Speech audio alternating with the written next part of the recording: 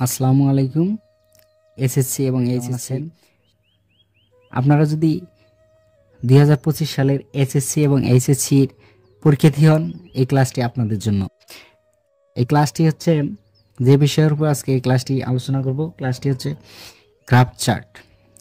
এটি English first পেপারে আসে, মার্কস হচ্ছে 10। তো আজকের ক্লাসটি যদি আপনারা করেন তাহলে মনে মনে ভাববেন যে আগে কেন এই ক্লাসটি করি নাই।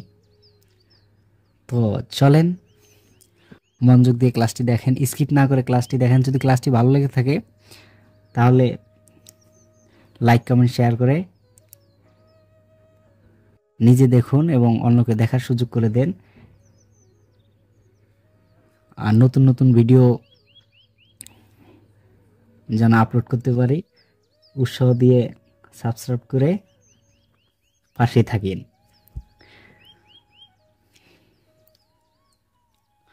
তো আজকে যে বিষয়টি হচ্ছে মেইন টপিকসটা হচ্ছে গ্রাফ চার্ট। গ্রাফ চার্ট কি, গ্রাফ চার্ট জিনিসটা কি? আমরা গ্রাফ চার্ট অনেকে লিখি, কিন্তু গ্রাফ চার্ট জিনিসটা কি এটাই আমরা বুঝি না। দেখেন আমি লিখে রেখেছি গ্রাফ। গ্রাফ চার্টটা কি? গ্রাফ বলতে এমন একটি চিত্রকে বোঝায়। গ্রাফ বলতে কি বোঝায়? এমন একটি চিত্রকে বোঝায় যা কোনো তথ্যকে উপস্থাপনের জন্য তৈরি করা হয়। গ্রাফ চার্ট বলতে কি বোঝায়?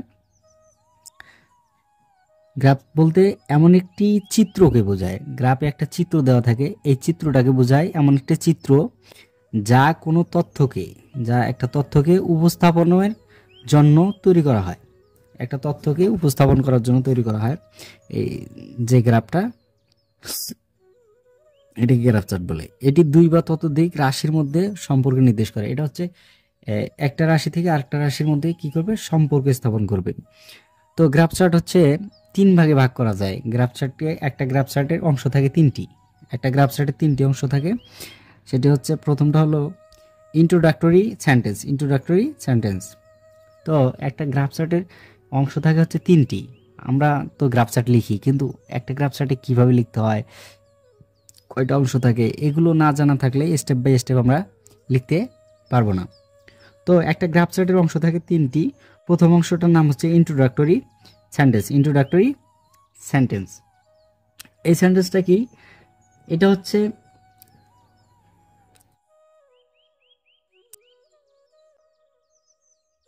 ইন্ট্রোডাক্টরি সেন্টেন্সটা হলো এমন একটি বাক্য লিখতে হবে শুরুতে। গ্রাফ চার্টের শুরুতে এমন একটি বাক্য লিখতে হবে যে বাক্যের মাধ্যমে গ্রাফ চার্টের সব বিষয়ের উপর অঙ্কিত হয়েছে এরকম পরিষ্কার বোঝা যায়। মানে এই ইন্ট্রোডাক্টরি যে সেন্টেন্সটা আছে, এই সেন্টেন্সটা হলো গ্রাফ চার্টের প্রথম বাক্য। যে বাক্যটা হচ্ছে, যে বাক্য দ্বারা পুরো গ্রাফ চার্টের যে চিত্রটা আছে এই চিত্রটাকে ফুটিয়ে তুলতে হবে। এই একটা সেন্টেন্সের মাধ্যমে পুরো গ্রাফ চার্টের যে চিত্রটা আছে এই চিত্রটাকে ফুটিয়ে তুলতে হবে এক সেন্টেন্সের মাধ্যমে। এটা হচ্ছে ইন্ট্রোডাক্টরি সেন্টেন্স। তারপর হচ্ছে নাম্বার পার্ট টুতে হলো ডেসক্রিপটিভ পার্ট। এই প্রথমে যে ইন্ট্রোডাক্টরি সেন্টেন্সটা লিখলাম, এই সেন্টেন্সের উপর ভিত্তি করে এই সেন্টেন্সটার বর্ণনাটাই দেওয়ার নাম হচ্ছে ডেসক্রিপটিভ পার্ট। এই সেন্টেন্সের মধ্যে তো এই তোমার গ্রাফের যে অংশগুলো আছে, এই গ্রাফের সব অংশে এই সেন্টেন্সের মধ্যে রয়েছে। আর এই সেন্টেন্সের বর্ণনার নামই হচ্ছে ডেসক্রিপটিভ পার্ট। আর কনক্লুসিভ পার্ট হচ্ছে নাম্বার 3-এ হচ্ছে কনক্লুসিভ পার্ট। এই পার্টটা হচ্ছে যে গ্রাফ চার্টটি লিখবে বর্ণনাকারীর নিজস্ব মতামত। এটা হচ্ছে কনক্লুসিভ পার্ট। নিজস্ব মতামত 1 বা 2 সেন্টেন্সের মধ্যে দেওয়া হয়, এটার নাম হচ্ছে কনক্লুসিভ পার্ট। আর 2 নম্বর পার্টটা হচ্ছে প্রথম যে ইন্ট্রোডাক্টরি সেন্টেন্সটা লিখতে হয়, এই সেন্টেন্সের বর্ণনার নাম হচ্ছে ডেসক্রিপটিভ পার্ট।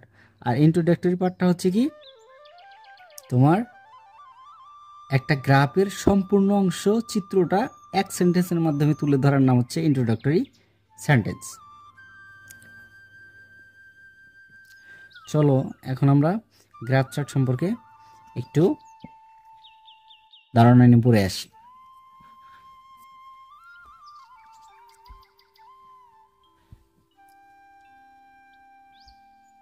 দেখো এখানে দেওয়া আছে the graph shows the internet user from 2001 to 2025 describe the graph. এটা হচ্ছে কোশ্চেন, এটা হচ্ছে গ্রাফ চার্টের কোশ্চেন। দ্য গ্রাফ শোজ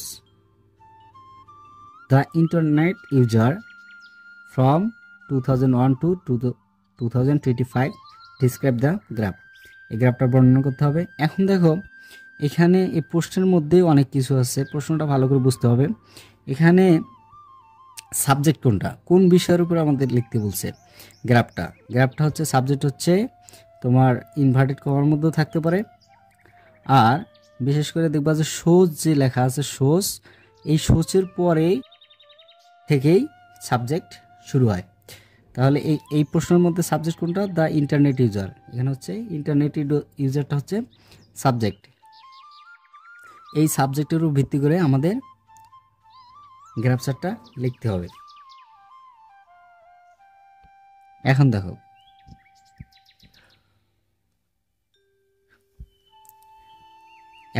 দেখো আমি লিখে রাখছি, দেখো বাংলাদেশ ইন্টারনেট ইউজার আর একটা হচ্ছে টিভি ইউজার, দুইটা আমি গ্রাফ চার্ট দিয়ে রাখছি 2001 থেকে 2025, 2001 থেকে 2025 দুটি গ্রাফ চার্ট দিয়ে রাখছি। এই গ্রাফ চার্টের একটা অংশ লিখে দেওয়া আছে, এই অংশটাতে শুধু চেঞ্জ করবা একটু মাথা খাটাইলে এইটা দিয়েই তোমরা সব ধরনের গ্রাফ চার্ট লিখতে পারবা। একটি গ্রাফ চার্ট দিয়ে তুমি সব ধরনের গ্রাফ চার্টটাই লিখতে পারবা। দেখো প্রথমে লেখা আছে, দেখো লিখছি দি গ্রাফ শোজ, এটা কোশ্চেনেই দেওয়া আছে, লিখবা দি গ্রাফ শোজ, সাবজেক্ট বললাম, এই যে সাবজেক্ট, এখানে কি লিখতে হবে সাবজেক্ট। দি গ্রাফ শোজ, সাবজেক্টটা কি, যে বিষয়টি প্রশ্নের দেওয়া থাকবে, এটা হচ্ছে সাবজেক্ট। যে বিষয়টি কি দেওয়া থাকবে, প্রশ্নে দেওয়া থাকবে। যেমন এইখানে প্রশ্নে কি দেওয়া আছে, দেখো the graph shows the internet user, কি ইউজার, ইন্টারনেট ইউজার, এইটুকু হচ্ছে সাবজেক্ট, এইটুকু কি সাবজেক্ট। তো দেখো দি গ্রাফ শোজ, তাহলে সাবজেক্ট কি হবে, দি ইন্টারনেট ইউজার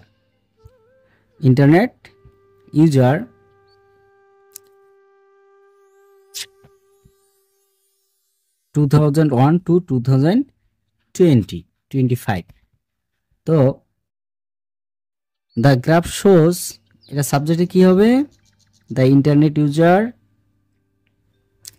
2001 to 2025।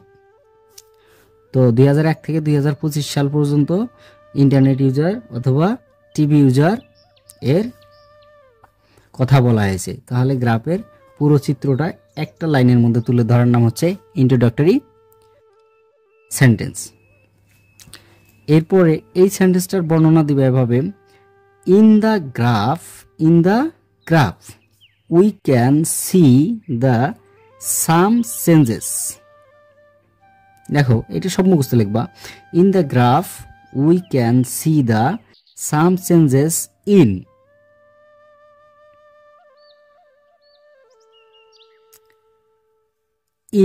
তারপর হচ্ছে দেখো সাবজেক্ট লিখছি, সাবজেক্টটা কোনটা, এই যে সাবজেক্ট এখানে লিখছিলা দ্য ইন্টারনেট ইউজার বা দ্য টিভি ইউজার।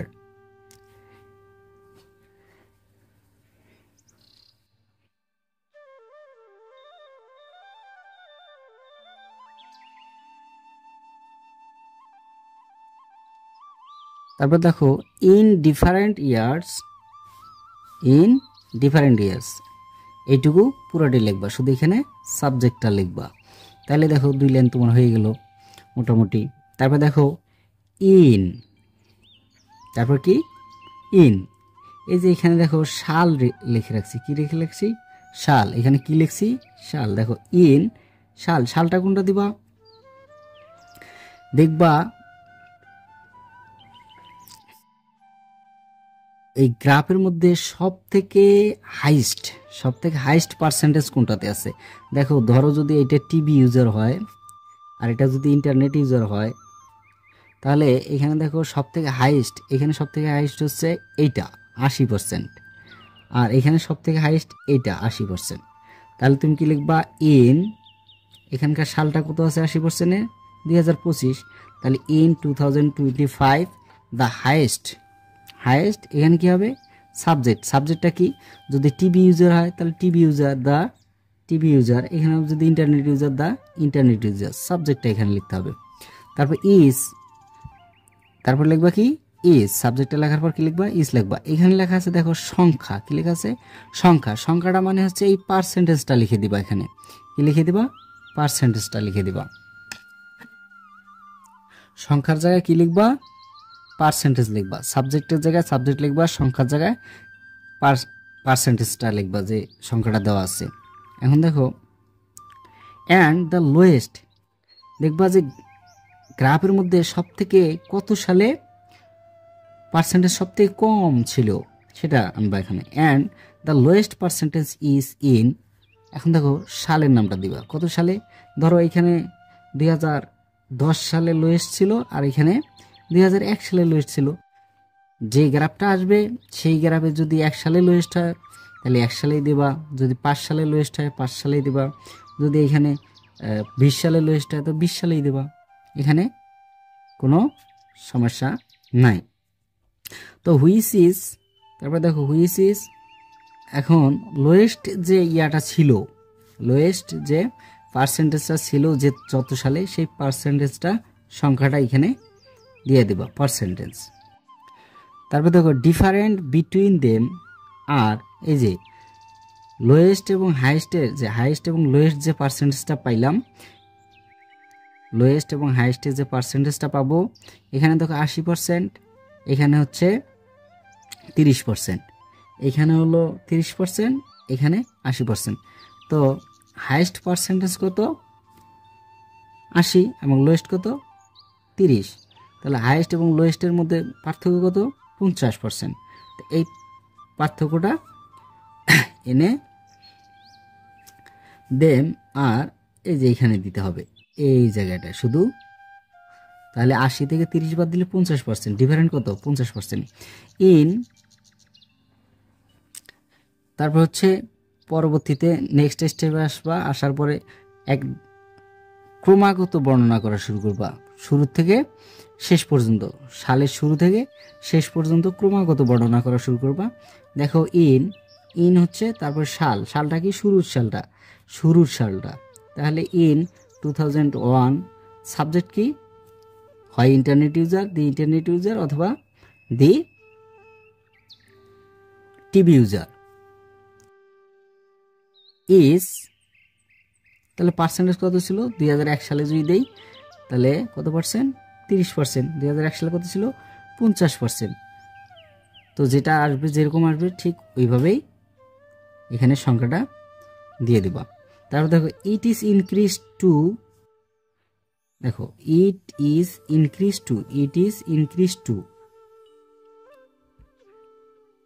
তো দেখো এই 2001 প্রথম সাল থেকে শুরু করলা, প্রথম লাইনটা প্রথম সালের থেকে পরের সালে যাইতে, এখন যদি ইনক্রিজড হয় তাহলে যদি বৃদ্ধি থাকে তাহলে ইনক্রিজড লিখবা, আর যদি কম থাকে তাহলে লিখবা হচ্ছে ডিক্রিজড। যদি বৃদ্ধি থাকে তাহলে ইনক্রিজ লিখবা, আর যদি কম থাকে তাহলে ডিক্রিজ লিখবা। তাহলে দেখো ইট ইজ ইনক্রিজ টু, দেখো এখান থেকে ইনক্রিজ টু, এখানে 30 থেকে 35%, তাহলে ইনক্রিজ টু এই যে সংখ্যা আছে, সংখ্যা জায়গায় কি লিখবা? পার্সেন্টেজ লিখবা। কত পার্সেন্ট? 35%। যেহেতু 35 আছে, 35%। সালটা কত? 2005। আবার যদি এটাতে আসো, দেখো 2001 সালে এটাতে দেখো প্রথম ছিল 50%, পরে হয়ে গেছে 40%। তাহলে তুমি কি লিখবা? It is decrease to 40% in